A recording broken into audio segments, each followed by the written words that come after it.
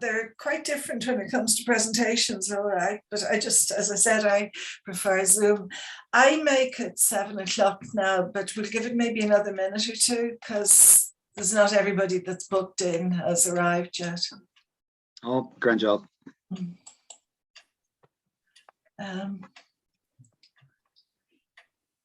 Evening to those of you who've already arrived, and I'm stepping in for Shay this evening. He wasn't available, but delighted to, because I've already read Alan's paper, which is going to be appearing in Saher 47, which will be out fairly shortly.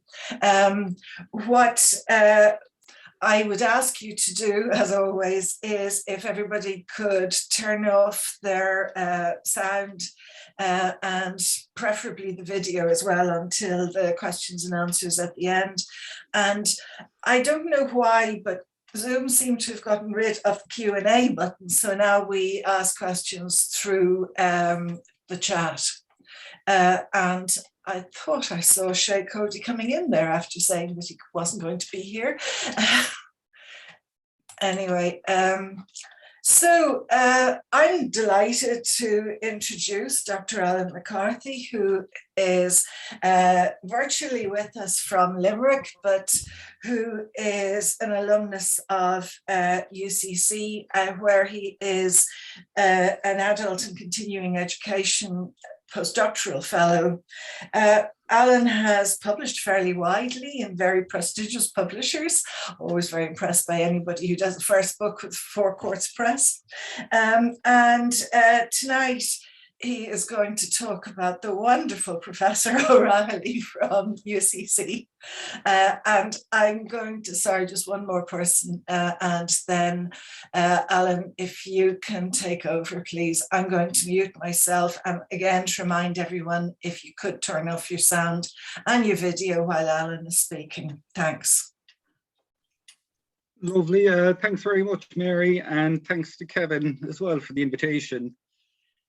So yeah, to begin, the beginning, in 1948, UCC, in collaboration with the Cork School of Commerce, conferred 24 diplomas in social and economic science on trade unionists in recognition of their completion of a 2-year course of study. Now, in his conferring address for this course, the university president and course founder, Alan O'Reilly, referred to the encouragement he and his colleague, Professor Timothy Smithy, received from James Connolly in 1916, when they first inaugurated a series of what they called economic conferences intended for the workers of Cork City. Now, despite this support, the initiative fell by the wayside because both O'Reilly and Smithy were, swept up in the revolutionary movement that, of course, claimed Connolly's life. As a result, then, the cause of adult education floundered in the ensuing decades, but received renewed impetus in 1943 when O'Reilly was made president of UCC. By 1946, he had convened the inaugural adult education diploma course in Cork in collaboration with the School of Commerce, and was to exert a significant influence on formative adult education activities nationally. It is important to note, however, that the Cork course was instigated by Augustine Weldon, who is the principal of the Cork College of Commerce, and he wrote to O'Reilly in March 1946, outlining his ideas for this collaborative course. And O'Reilly replied, "As a matter of fact, my own mind has been working for a considerable time on the lines suggested by you." Right, so in terms of our kind of cast of characters, you might note O'Reilly is the gentleman here in the front row in the middle. To his right, we have Professor John Bustede, lecturer in economics in UCC, who is also very prominent. Sorry to interrupt you, Alan. Oh, not at all. Green is not changing on mine, so I don't know if it is for everybody else. It's still the opening screen slide. Oh, that is so strange. It's changing for me, all right. Let me just. Yeah, I think I'm sorry to everybody to interrupt, but I think what I'll do is I'll stop the share from my computer, and if you just do it from yours. It's probably Grand job. the best way to do it. Indeed. Perfect way to build anticipation for what is absolutely fairly average photograph. Hold on. Oh, where's the blooming screen share?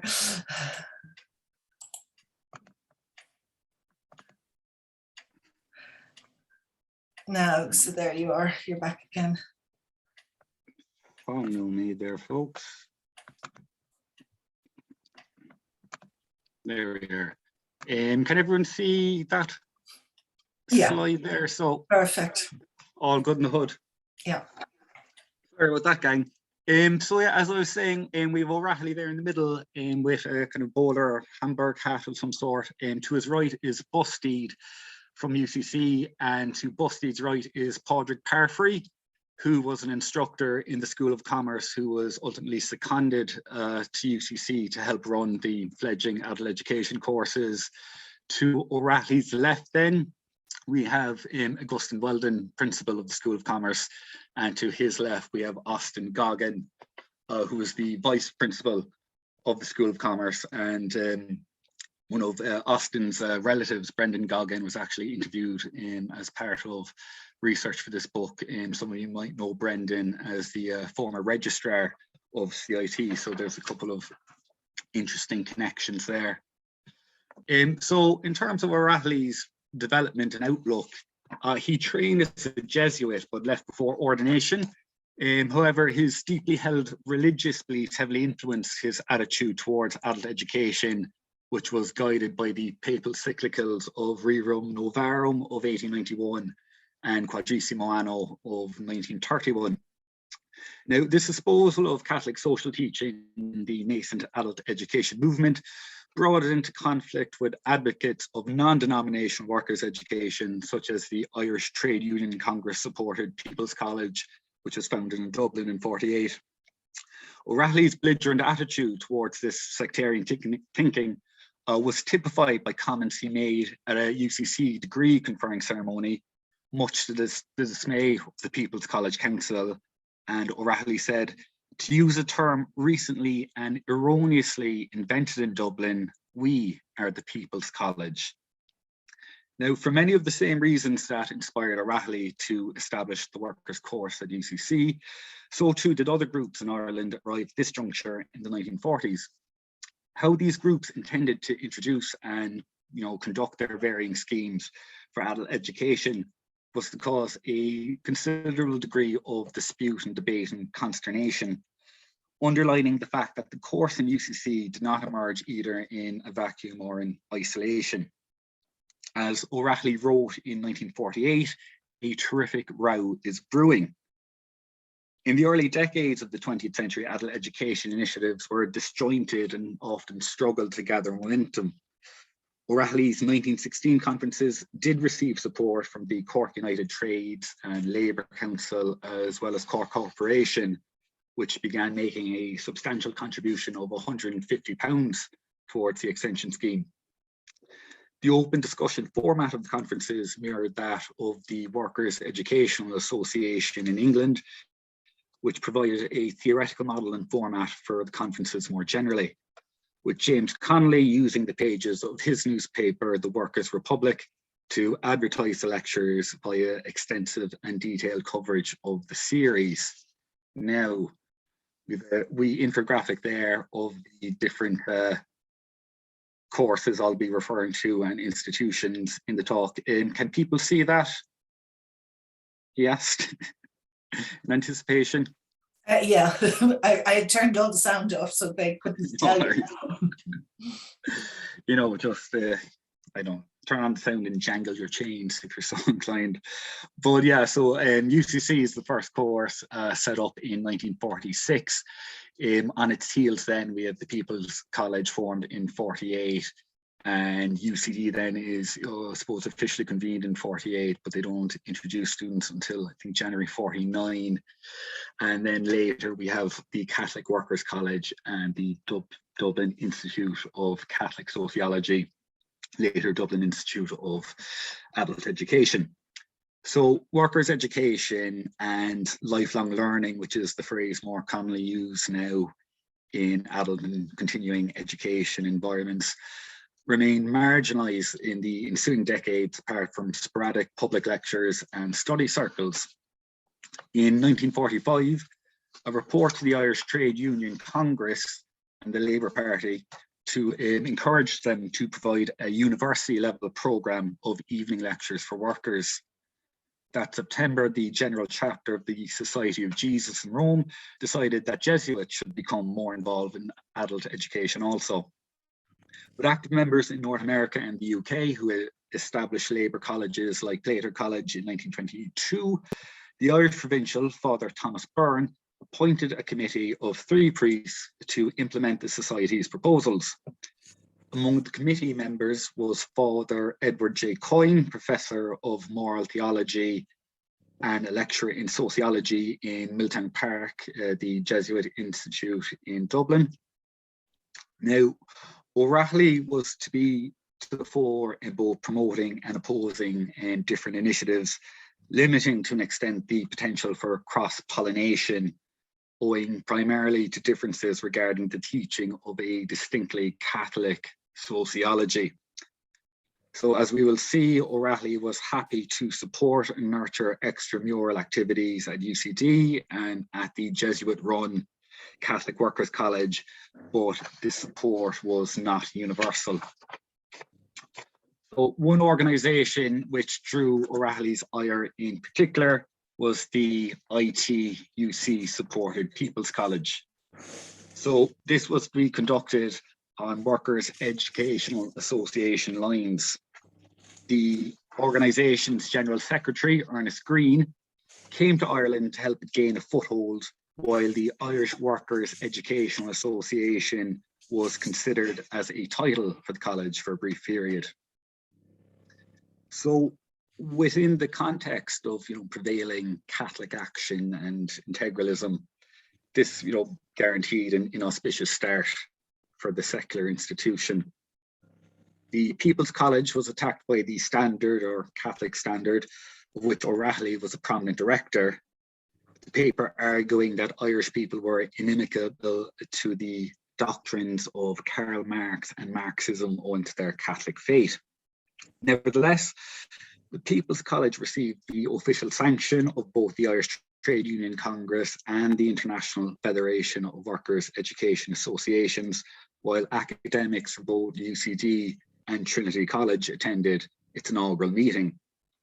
However, from the People's College, it would be many years before they received any government funding or support in fairly marked comparison to the experience of the Catholic Workers College. So other relevant institutions, as I mentioned at this time, is the Extramural Studies Department at UCD and the Dublin Institute of Catholic Sociology. So in terms of Professor O'Reilly, or Alfie, as he was known to many people in Cork, born in Listowel in Kerry in 1884, as I mentioned, he trained as a Jesuit, but leaves before ordination. No, I'm skipping ahead to my mem. Leaves before ordination.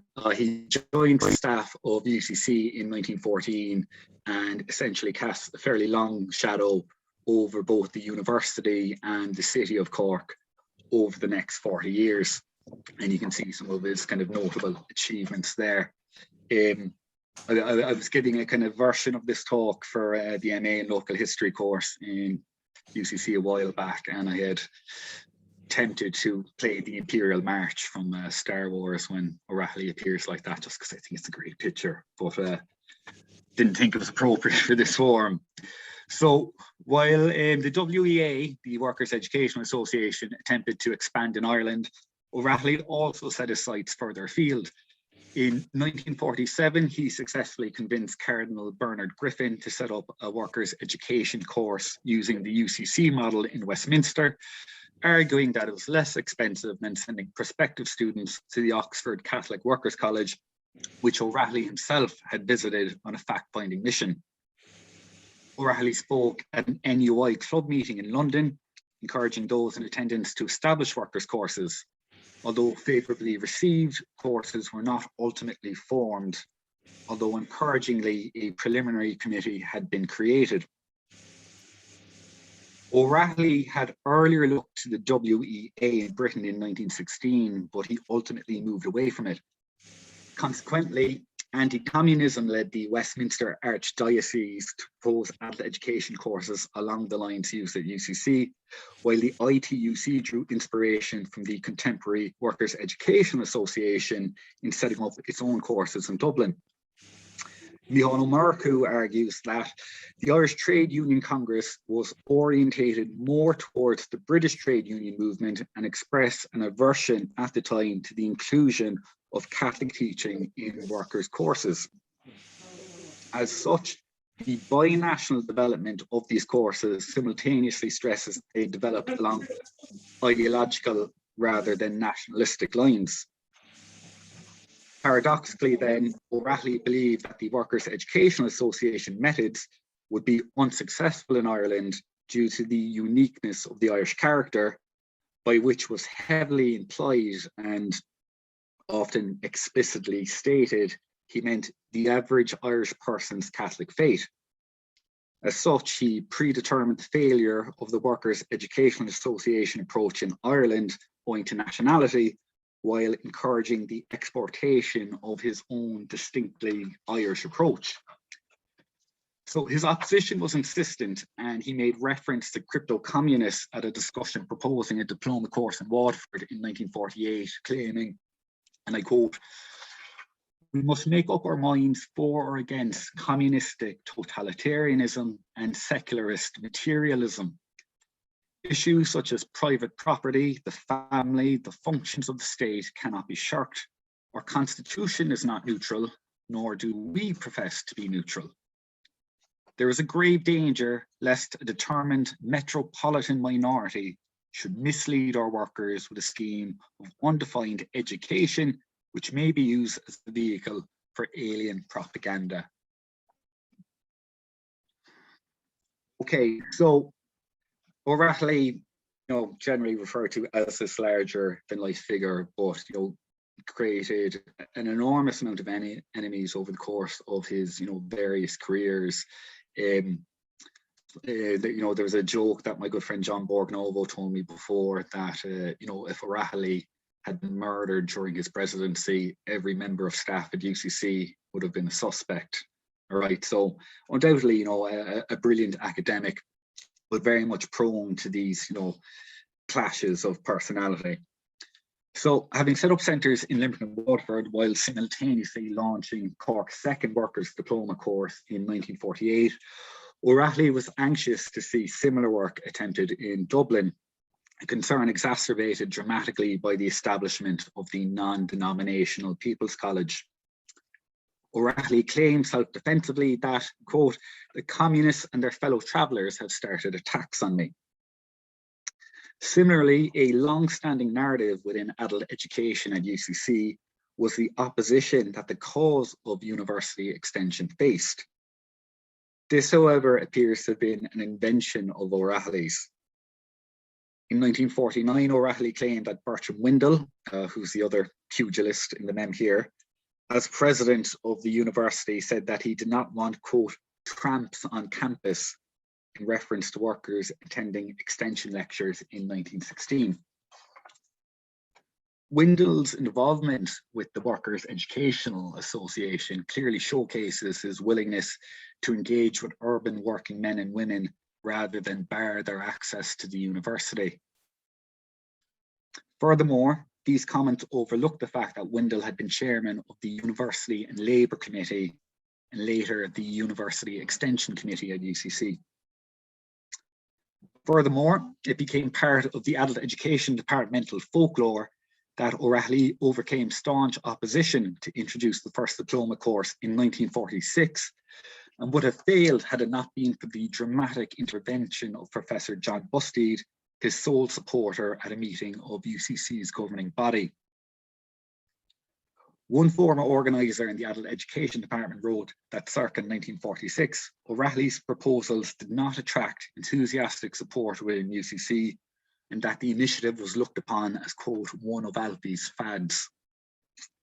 Now, the narrative, compelling as it is, doesn't really stand up to scrutiny of the documentary evidence. Right, so the minutes of the governing body meeting in question record that O'Reilly told those in attendance that the Workers' Course has been approved by the Academic Council. The minutes of the relevant Academic Council meeting 15 days earlier simply record in relation to the course that it had been initiated. Moreover, the inaugural meeting of the course was held before the course was referred to at either the Academic Council or governing body, right? So the course had already started, right? So clearly O'Reilly was forging ahead with his plans without seeking the official ratification of his colleagues. So naturally then, you might query, all right, if he was going to do this anyway, by the elaborate, false narrative. So I suppose the feature of O'Reilly's life and career is this determination to appear as a down-to-earth everyman and friend of the worker. All right, so inaugurating a series of university courses for trade unions solidified this image. However, the image could obviously be reinforced to an even greater extent by overcoming this non-existent classist opposition. Right, so having consolidated his position in Cork and Munster, O'Reilly's counsel was sought by the proposed director of the Catholic Workers College, Father Coyne, who intended to combine political and social theory with economics and liberal arts. He described the latter subject's inclusion as being inspired by the Danish folk schools. It is meant to be jam and culture to make easy the drier subjects, he said. In a blunt response, O'Reilly dissected Coyne's proposals concerning adult education in Dublin. The principal issue for O'Reilly was that the proposed Workers' College could not sufficiently differentiate itself from the People's College and should instead align itself with UCD. He firmly believed that a 2-year course ending in the award of a diploma like UCC would offer greater prestige and incentive to worker students. O'Reilly's detailed response to Coyne also reveals his ongoing anxiety concerning crypto-communism. So here is a little excerpt from that letter. So in terms of the sources I'm using from the book, in terms of these kind of religious sources from this period, I'm using material from the Irish Jesuit Archives and from the Dublin Diocesan Archives. But we've also inherited a fairly substantial collection from the William McAuliffe papers, as we've called them. So William McAuliffe worked in adult education in Cork for about 40 years and gathered 16 boxes of files and meeting minutes, past exam papers, all sorts of documentation about the history of adult education, which has been donated to the university by his widow. Willie also conducted over 100 oral history interviews with former students of adult education in UCC. So that material will all be publicly available by the end of the project, but it's been quite invaluable. So this letter here is copied from his copy of the letter, but I believe it's also in the Jesuit Archives. And here you can see O'Reilly writing to Coyne, and he says, "I've been thinking a lot about Dublin. I confess I'm very worried. I know it is not my job and I have no right or desire to butt in except by way of friendly advice. But naturally I'm interested. This People's College brings the matter to a head. We have been anticipated. I did my best to press the matter as urgent. Also, I know that several organisations would not have backed the PC if an alternative project had been available. You may think I'm over-suspicious, but at least we are faced with a new educational movement on which the Church or Catholics as such have no influence, into which communists can and will penetrate, which may have tremendous influence over Catholic workers. Anyway, I have publicly declared war on this movement as regards the south of Ireland." All right, so obviously quite stern stuff. He also offers some of his suggestions to Coyne there about the nature of the course, which we've mentioned and will refer to later as well. Now, in terms of the creation of the People's College, as well as this supposed, crypto-communist threat, it also presented a very practical problem for the Catholic Workers College, which was, of course, student supply. Right, so following the split between the Labour Party and Congress in the mid-40s, the first workers' course at UCC in 1946 was careful to select students from both the Labour Party affiliated Trade Union Congress and the National Labour Party affiliated Congress of Irish Unions. By 1948, the ITUC now had its own educational institution in the People's College. Going forward, UCC hoped to circumvent the People's College by approaching unions and individuals directly, bypassing the Congress in the process. O'Reilly had already engaged in one congressional clash. Rory Roberts, Secretary of the National Executive Education Committee of the ITUC, declared that their diploma course at the People's College would ultimately be extended to Cork, and when it was brought to Cork, he hoped to have the cooperation of the university there. Now, O'Reilly took great exception to this and bemoaned as he saw this mushroom movement expanding to Cork.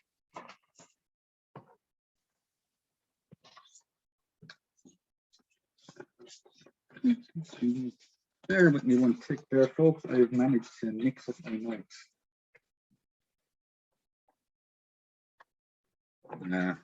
C'est la vie. So, as I mentioned, O'Reilly presented this statement, but he also tried to, I suppose, showcase how UCC may have come out better in terms of this split, highlighting again the fact that he was drawing on both sides of the Congress divide. Now, like O'Reilly, Rory Roberts was Jesuit educated, but the similarities seem to end there, and some seem to have been kind of didactic in terms of his approach to the Congress split. So Dominic F. Murphy completed UCC's first workers course with first class honours and subsequently moved to Dublin, having been appointed Irish Secretary of the Railway Clerks Association. He did not take as polarised a view of things as Professor O'Reilly and contributed to both the People's and Catholic Workers' Colleges, conceding that they seemed a contradiction, but in fact we got on very well. They tended to use different courses, a different slant on courses. So, of course, the Labour parties were ultimately reunited, and similarly, the Congress of Irish Unions and the Irish Trade Union Congress were reunited in 1959, becoming the Irish Congress of Trade Unions. Integral to the reunification was UCC's Professor John Bustede, who mediated between the relative antagonists alongside Rory Roberts, who obviously led the reunited Congress post-split. Years later, Dominic Murphy remembered the intense bitterness of the split in Cork, maintaining that an element of aloofness persisted within the course despite UCC's conciliatory gesture of selecting candidates from both branches. Murphy remarked that Sean O'Murchu and Sean O'Douvgall had been members of the pro-Axis Irish fascist party Altiri na Ashiraha, and consequently, we spoke to one another, but there was that cautiousness. Notably, religious influence was prominent within both factions. Sean Casey, another graduate of the Workers' Course and later TD and Lord Mayor of Cork, spoke at a meeting of the Cork Trades Council in 1950, where he called for reflection on the idea of developing the Feast of Christ the Worker as a religious holiday to counteract the secularised May Day. Previously, a standard correspondence suggested that the anniversary of Rerum Novarum's publication could become a Christian Labour Day, while O'Reilly had also published a pamphlet called Christ, the Brother of the Worker. So obviously, his fingerprints are all over in such initiatives. The extent of O'Reilly's potential influence in Catholic Workers' College is tellingly evident in Coyne's reply to criticisms emanating from UCC. Not only do I not wish to go against your better judgment, but I wish I would have the common sense to resign from the job and get somebody who would follow your line implicitly. obviously a thinly veiled attempt at stroking O'Reilly's ego. Incidentally, the following year, O'Reilly tried to create a professorship in rural sociology in the dairy science faculty at UCC and appoint Coyne, but was blocked internally. Okay, so what we have here then is obviously a hodgepodge of different images associated with adult workers' education in Dublin. And you might note the triad here in the middle is quite interesting because throughout this period, O'Reilly's engaging in extensive correspondence with Father Coyne and with Michael Tierney at UCD, and Tierney and Coyne are obviously talking to each other as well. So it's interesting to kind of note, you know, how O'Reilly at times was kind of talking out of both sides of his mouth, so to speak. Okay.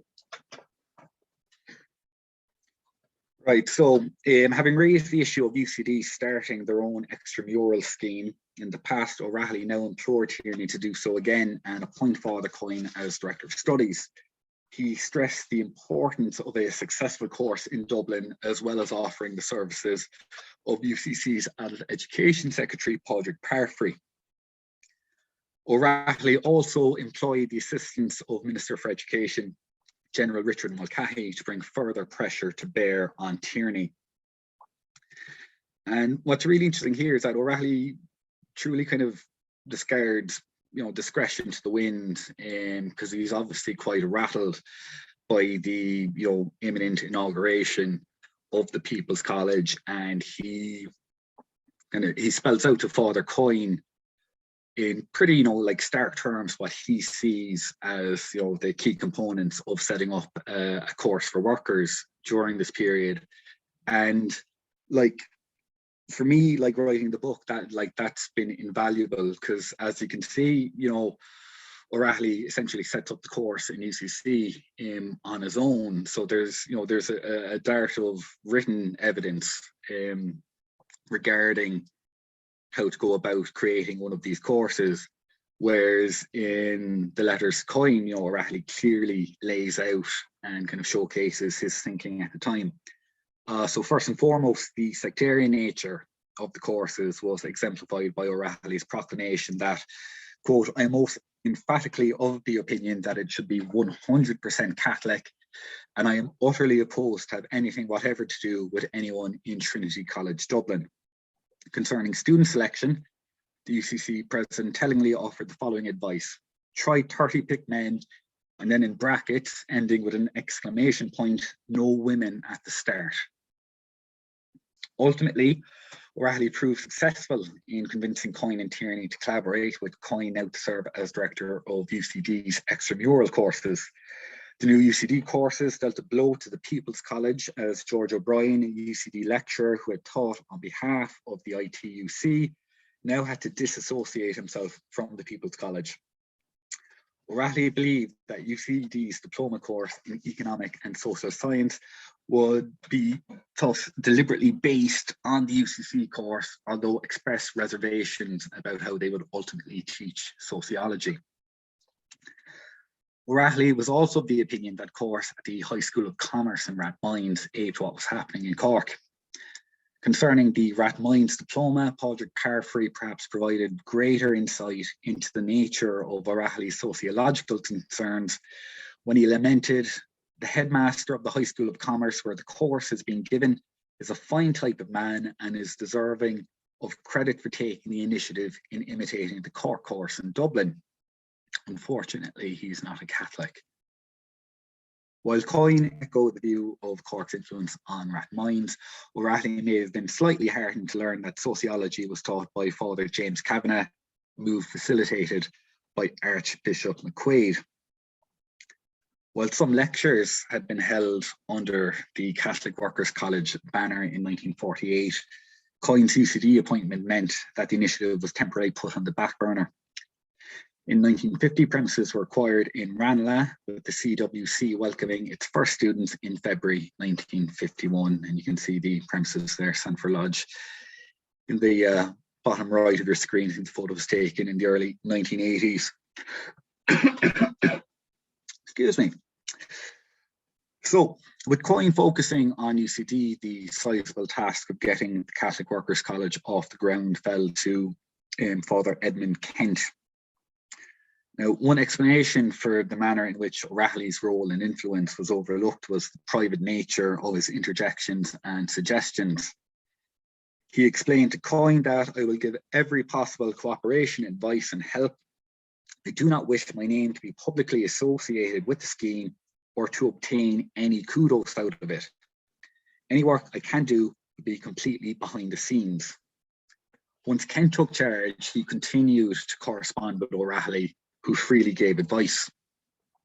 O'Reilly remarked that he was delighted that my private advice has proved helpful. O'Reilly continued, we are now so entrenched that we can't be dislodged, aimed particularly at getting tyranny. Repeating his earlier suggestion to Father COIN at UCD, O'Reilly concluded in one of his letters to Father Kent, never mention me or Cork. And interestingly, in the original, never is underlined. So understandably, Catholic social teaching would be a central component of the Catholic Workers College pedagogy, or rather andragogy, as we should say in the context of adult education. The CWC, blinked shortly after its inception with UCD, owing to the role of Father COIN, who was able to inaugurate the CWC in 1951, when 42 diplomats from UCD's course sought further study.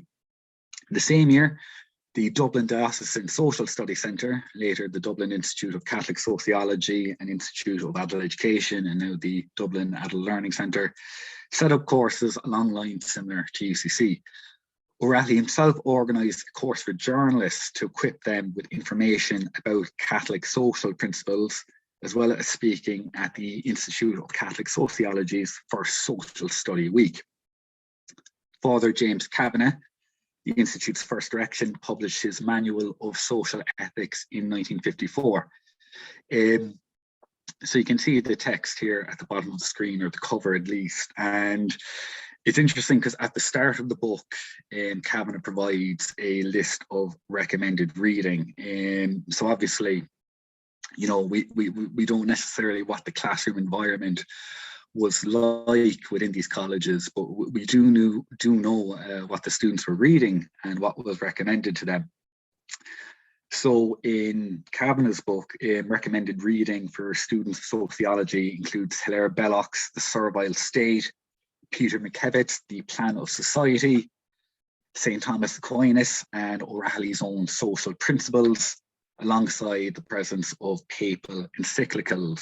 So all of these works were also listed in a similar publication produced by O'Reilly for students in Waterford in 1948.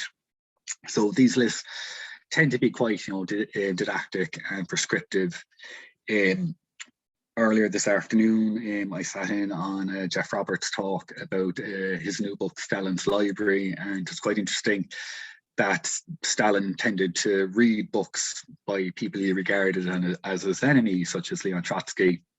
So, you know, with these works, it's very much the instructor saying, you know, I read that and it's a bad book, so you don't have to. So, you know, it's a list of good books, which I suppose to some extent can be seen within the context of, you know, literary censorship as well in 20th century Ireland.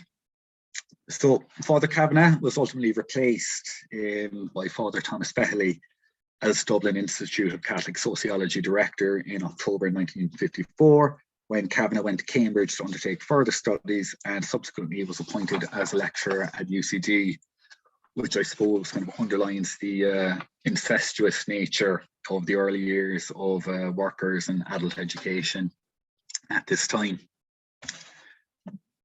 Now, here we have one of the early rural congresses at UCC, which sought to bring students from the different diploma centres on campus for a week or a weekend, where they'd attend lectures and interact and get to know each other. And obviously you'll note straight away O'Reilly in the middle and the predominantly male audience photographed there. Right, so Concerning style and structure, further kind of emphasise that at the Catholic Workers College, we have tried to bring the classroom of this college an informal, friendly atmosphere. We look upon this work as a cooperative enterprise where lecturers and students share their knowledge and experiences with a view to promoting social peace and economic harmony. Alongside its committed espousal of Catholic workers' education, the CWC was able to further differentiate itself from other purveyors of adult education in the ensuing years with the introduction of a pre-marriage course. An impressive 204 students attended these courses, contributing significantly to a quadrupling of overall attendance. Another significant point of departure for the CWC was the introduction of a women-only trade union course in 1956. So as the years went by, the Catholic Workers College moved towards interdenominationalism, becoming the College of Industrial Relations and subsequently the National College of Industrial Relations, which was in turn absorbed into the National College of Ireland. While women were subsequently admitted to the trade unionist UCC courses after the completion of the Pioneer course, they remained very much in the minority, with the university instead providing courses in domestic and home science along societally defined gender lines. Now, I referred earlier to the William McAuliffe papers, and this is kind of one of my favourite pieces from the collection, which is this enormous map that Willie made of the different regional centres connected to adult education at UCC. So you'll note here that I refer to collegiate Munster rather than simply Munster, and that's because of the big blank white space here in County Clare. So in essence, under the, not even in essence, to be specific, under the terms of the 1908 Universities Act, County Clare was within the territory of the university in Galway rather than at UCC. And during the period I'm talking about, the universities tended to respect these territorial boundaries, which is why it was many years later before UCC actually ventures into County Clare. This is relevant then for regional Leinster because following the expansion of UCC and the development of the courses at UCD and the Catholic Workers College, O'Reilly felt confident that the People's College had limited opportunity for growth, prematurely boasting that it was largely due to us in Cork that the People's Colleges were squashed. As a result then, O'Reilly kind of buoyed by what he saw as this victory, attempts to put pressure on Tierney and UCD to expand into regional centres, and he does this in a very kind of frustratingly subversive way, and I imagine Tierney must have been losing his mind, but essentially O'Reilly goes to regional centres in Leinster and gives talks about the benefits of adult and workers' education, and then leaves and ends up getting petitioned, to start courses in these places. Then he's saying to Coyne and Tierney, he's like, they want courses here. We'd be happy to do them if you're not able. And thus he kind of piles pressure on UCD then to expand into regional Leinster, which they ultimately end up doing. So to kind of wrap up and conclude and what have you, as I mentioned, these early initiatives were quite disjointed.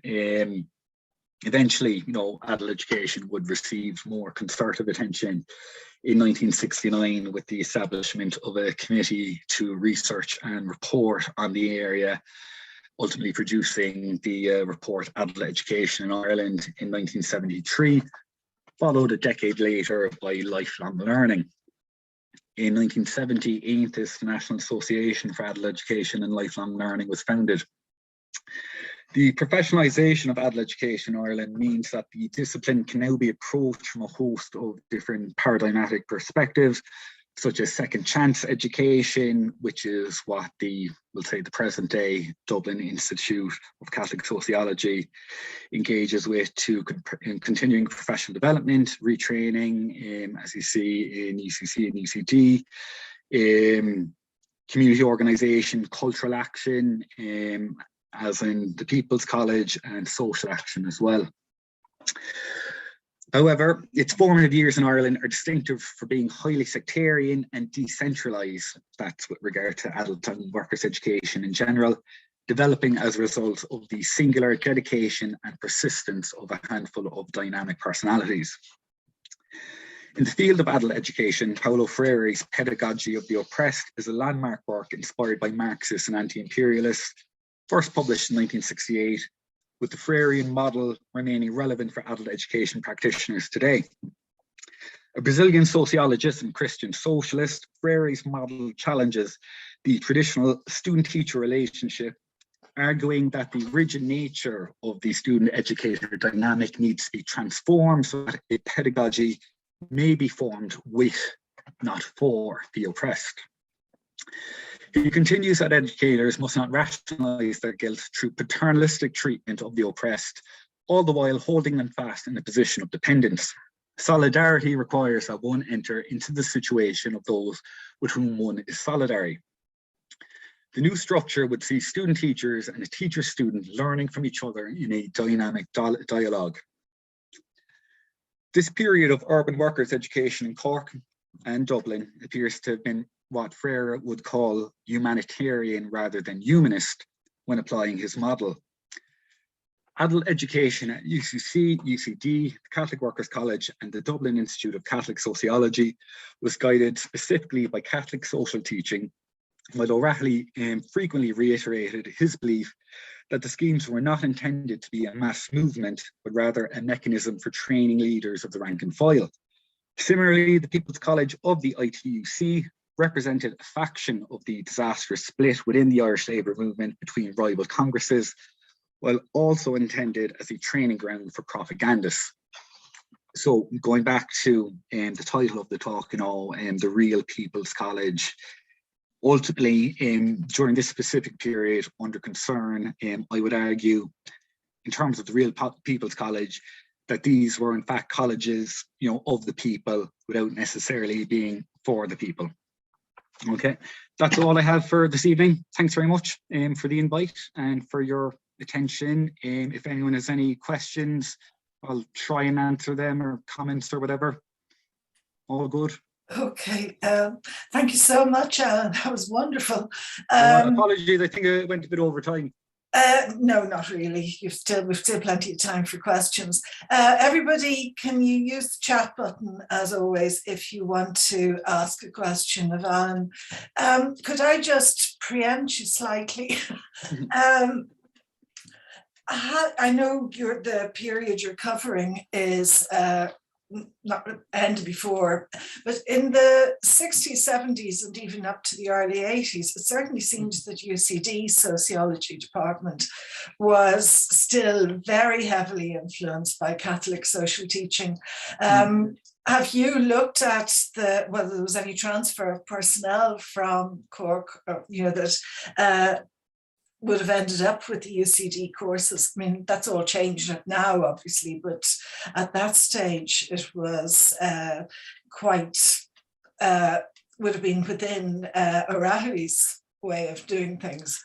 Yeah, certainly there's some evidence, all right, of students who completed the first year of their diploma course in Cork moving to Dublin for work and then enrolling within the UCD courses. So I think that kind of underlines the similarity of the two in the 1950s. In terms of Catholic sociology then, I mean, UCC was the exact same right up to, even the end of the 1960s, because O'Reilly's place as lecturer of sociology was taken by the gentleman here at his far right in the picture in the bottom row there. Picture on its own there, that's Reverend Jerome O'Leary, who O'Reilly had kind of handpicked as his ultimate successor within the Department of Sociology. So O'Leary was very much a man of his time. His master's thesis in 1945 in Women at Work attempted to kind of address what he viewed as the problems of women working. Again, he argues that there's nothing inherently evil or wrong about women at work, but it's very much kind of aligning itself with Bunrock na Hare and the place of women in the home. But that Catholic influence very much remains in place throughout his tenure up to and including the 1960s. And of course, like I showed the map of all the different regional centres across the province, like even into the early 70s, the vast majority of sociology instructors in those centres, it was often the local parish priest, or at the very least it would be a priest. And I suppose, UCD or UCC aren't exceptional in that divide. I think Peter Murray and Maria Feeney's book, and the title escapes me, Church and the Social Sciences, but they refer to the priest who was the primary lecturer in sociology up to the year 1969, 1970, where he was joined by two what they refer to as two lay junior lecturers, one of whom was of course Michael D. Higgins. So change, it's a field in which change comes very slowly. Certainly in Ireland. Ciara was wondering if she could ask about this constituency of students who are being targeted. Were they industrial/urban workers, or was there any engagement with the rural agricultural working class? Oh yeah, no, that's a great question. So in the early years, they focus almost exclusively on trade unionists in the urban centres. So from 1946 to 48, you have the diploma course in Cork. Then in 48-50, you have courses in Waterford and Limerick City as well. So the top picture here is actually the first course in Waterford. And so there's 3 female students. The 2 women here were members of the the Union of Distributive Workers and Clerks, and then this lady here on her own is a rep for the Irish Women's Workers Union. So I kind of wonder if that's why they're not sitting together. So that's 1950. By 1951 then, UC launches a series of courses in rural areas. So they start off in Care in Tipperary, Clonakilty in West Cork, and Hospital in County Limerick, which is just down the road from where I am now.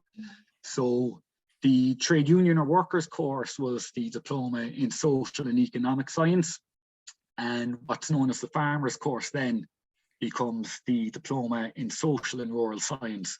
So that expands massively throughout the province. So all of the different regional centres I showed on the map, like the majority of them would actually be rural courses. So they take off in the 50s and 60s. Added to that, then you kind of have this kind of merged or combined course. So the picture here at the bottom, this is the charitable social studies class for 51-53. So the social studies diploma was essentially a diploma that took place in small country towns, where you would have a combination of both urban workers and farmers. So they kind of did a bit of everything. But like it does very much become a rural movement over time. And I think it's quite interesting that the first course, as I mentioned, is 1946. In the cycle 1959 to 61, no urban course was actually held in that particular year. They were all rural courses, so either social study classes, the diploma in social and rural science, and as I mentioned, the specific women's course as well, which was the diploma in social and domestic science. Shay Cody notes that it's interesting that this was all going on at the same time as the anti-partition campaign, which was supposed to abolish what was seen as a sectarian regime in Dormant. And when Tom Johnson was writing that militant Catholicism was alienating more secular Northern Protestant trade unionists, it somehow seems that sectarianism, when it's Catholic, was okay. Oh, you know, like as in some of the letters that O'Reilly was sending out, as I alluded to, were bizarre. Yeah. One in the Dublin Diocesan Archives after he retired. I can't remember specifically who the recipient was, but I do remember he was talking about the courses. So between 1946 and 1955, he said every single student, and you know, we're talking like a few hundred now by this stage, Yeah. he said every single student was Catholic, bar 3 Protestant women on a course in Skibbereen and 2 half communists in Limerick. I'd love to know what a half communist is. Kevin wonders if there's any relevant material in the McQuaid papers in the diocesan archives on the top. Yeah, is there a network of informants or correspondence from O'Reilly to McQuaid? Essentially, yeah, it is very interesting because so O'Reilly, you know, wrote quite frequently to McQuaid, and it is kind of bizarre because he, you know, at this point he's retired, and he's obviously looking to become ordained post-retirement after the death of his wife Agnes. So he's this very kind of like deferential tone towards McQuaid, which is kind of bizarre when you see how he deals with everyone else. Yeah. And I suppose a curious byproduct of that then was that the then Bishop of Cork, Cornelius Lucy, actually wrote to McQuaid himself and advised him against ordaining O'Reilly because he said, you know, basically he's too much of a maverick, you know, he doesn't respond to authority. So yeah, it's fascinating to see how, like, you know, intensely he ruffled people's feathers over the years. Fionnuala Richardson said one of the objections to the People's College was the awful thought that the students and workers were to be involved in choosing the courses they were interested in, which, you know, that whole authoritarian viewpoint really being driven home. Eddie was wondering whether did you find any references to John Swift of the Bakers Union in regard to education for trade unionists, a man, you know, who was definitely not sectarian Catholic? I don't think I've come specifically across Swift, but I think there were a few representatives from the Bakers Union in the first Waterford course. So who asked that question? I could come back to him again now. Yeah, Eddie Soy, he's one of our committee members. Eddie, yeah, I can look that up now and get back to you, but there definitely were some members of the Bakers Union included, certainly in the first Waterford course anyway. I do remember a few years ago, John Jr. telling me that his father always said that the Catholics had the best tunes, but that was all they were good for. He's talking about church music being very beautiful. Lovely. Anyway, Fionnuala reminds us that Swift was involved in setting up the People's College. So yeah, if you come across anything, you could pass it back to us. That would be great. I think that's about, and that John Swift did continue his support, which was very obviously fairly important. I'm afraid we have run out of time now, but it was a fascinating talk, Alan, and thank you very much for agreeing to give it and for all of the fantastic photographs. I had only vaguely heard of O'Reilly in sort of, other than as this sort of monstrous figure in being a graduate of Trinity. He wasn't exactly somebody we would have heard about, but then I was doing history rather than education as well. Very best of luck with the project, and I hope that I look forward to reading the book when it comes out. And in the meantime, your paper will be in the next Seder, which will come out soon and remind us of some of the fascinating information today. Thank you all, and thank everybody who's contributed this evening.